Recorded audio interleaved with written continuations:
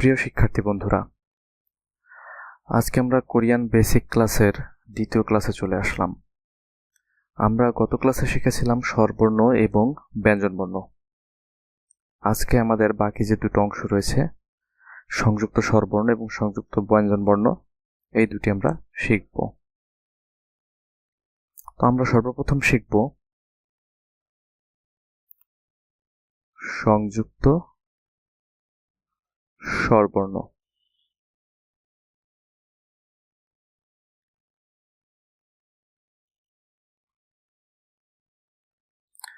সংযুক্ত স্বরবর্ণ মোট 11টি। আমরা সংযুক্ত স্বরবর্ণগুলো একটু দেখি।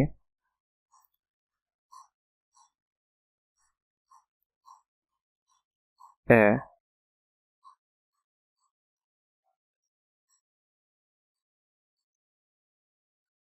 ই এ অথবা একার,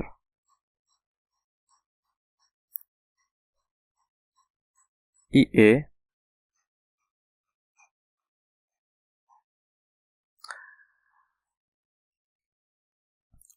ও আ, ও এ,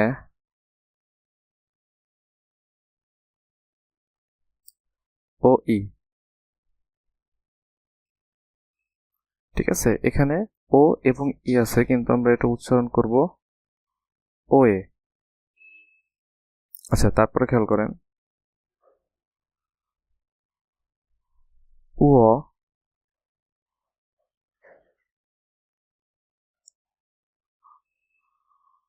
উয়ে,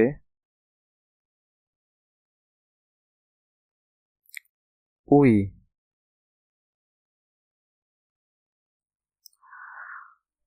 আর একটা ব্যতিক্রমী আছে,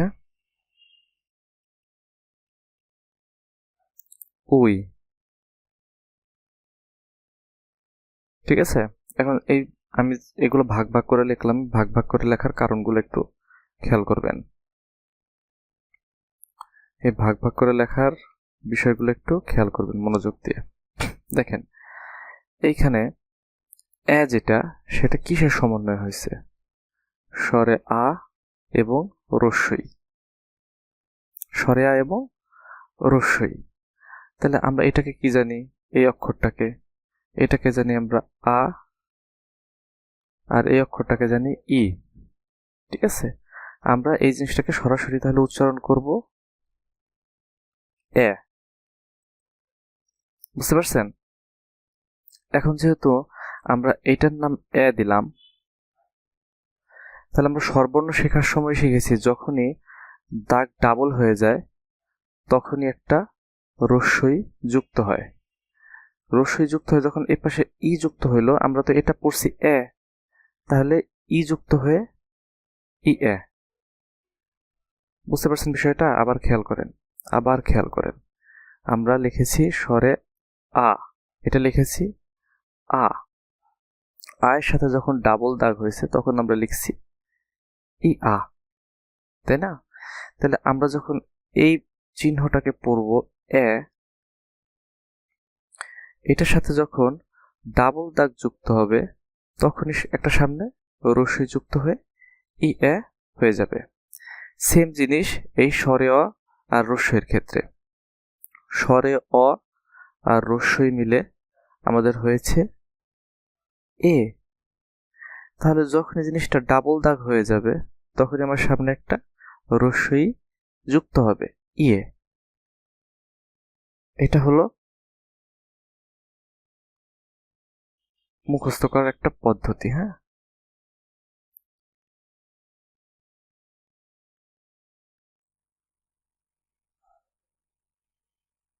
ঠিক আছে। আচ্ছা, এখন এখন পরের সিস্টেমটা একটু দেখেন। এখানে আমরা কি করলাম? এটা গেল আমার স্বরে আ দিয়ে একটা খণ্ড গেছে। ঠিক আছে, আমার স্বরে আ, এই স্বরে আ দিয়ে আমার এই অংশটা করেছি আমি, আর এই অংশটা আমি করেছি স্বরে অ দিয়ে। ঠিক আছে? এখন এই আটা আমার কি দিয়ে গঠিত হয়েছে? স্বরে আ এবং রস্বই, তাই না? তাহলে সর্বপ্রথমে স্বরে আ দিয়ে আমার ও এর যে ক্যাটাগরিটা আছে সেটাকে আমার পূরণ করতে হবে। ও এর যে ক্যাটাগরিটা আছে সেটা আমার পূরণ করতে হবে। তাহলে এখানে আমার আসবে হলো ও যোগ আ দিয়ে সংগঠিত হবে এই সব কিছু। দেখেন সর্বপ্রথম আ দিলাম ও এর সাথে ও আ, তারপরে আয়ের যে সংযুক্ত স্বরবর্ণ এ সেটা দিয়ে আমি সংযোগ করলাম ও এ, আর ইটা হচ্ছে কমন। ইটা, এই ইটা সবার সাথে যুক্ত থাকবে, এটা হলো কমন, এটা কমন। দেখেন এইটার সাথে ই আছে, এইটার সাথে ই আছে, এইটার সাথেও ই, এইটার সাথেও ই। ঠিক আছে, দেখেন এটার এই ক্যাটাগরিতে একটা ই কমন আছে। তাহলে আমরা চিন্তা করলাম যদি ও এর ক্ষেত্রে হয়, উ এর ক্ষেত্রেও একটা ই আমার কমন থাকবে।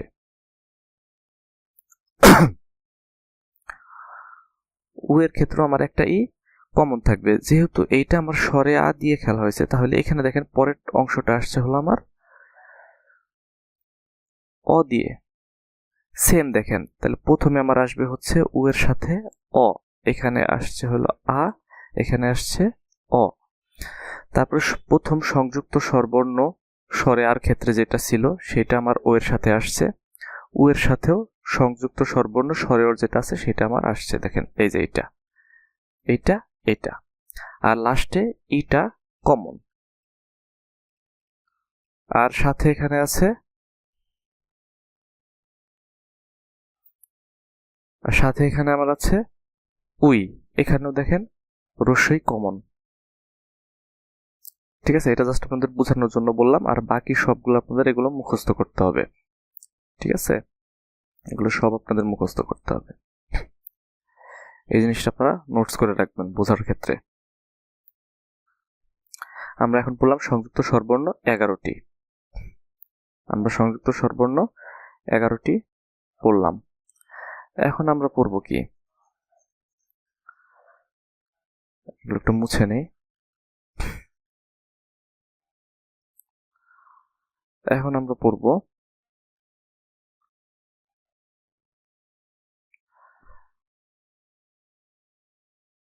সংযুক্ত ব্যঞ্জনবর্ণ।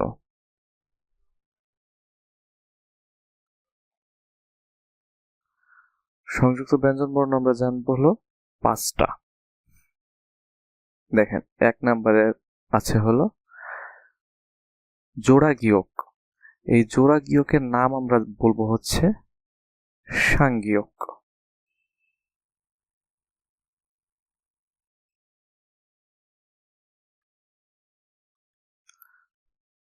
সাংগিয়ক, ঠিক আছে, এগুলো হচ্ছে নাম। তারপরে হচ্ছে সাং দ্বিগুত, তারপরে সাং বিয়োগ,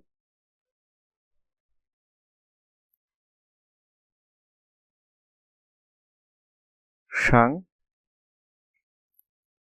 সিয়ত, সাং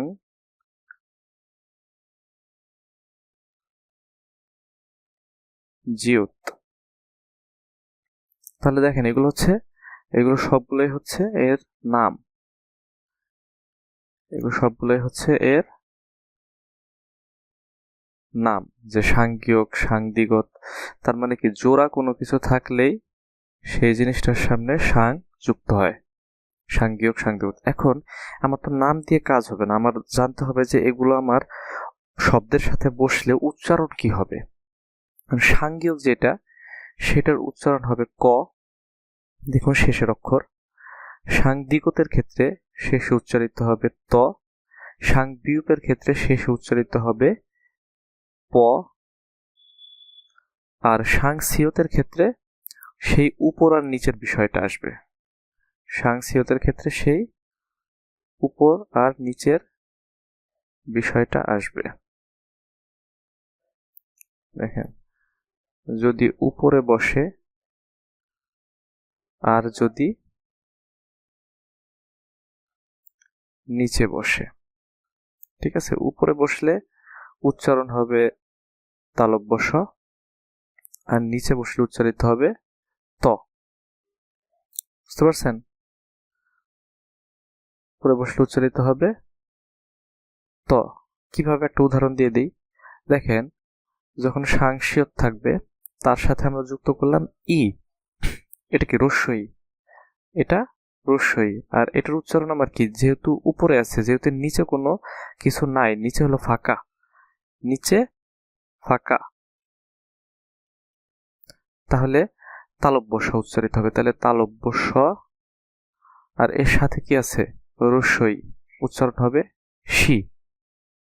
আর যখন দেখেন উপরে এটা কি রস্যই, আর নিচে আমি সাংসিয়ত দিয়ে দিলাম, নিচে বসলে আমার কি উচ্চারিত হবে, নিচে বসলে আমার ত উচ্চারিত হবে। তাহলে এইটা হলো রস্যই, আর নিচে হলো ত, তাহলে আমার উচ্চারণ হবে ইত। বুঝতে পারছেন?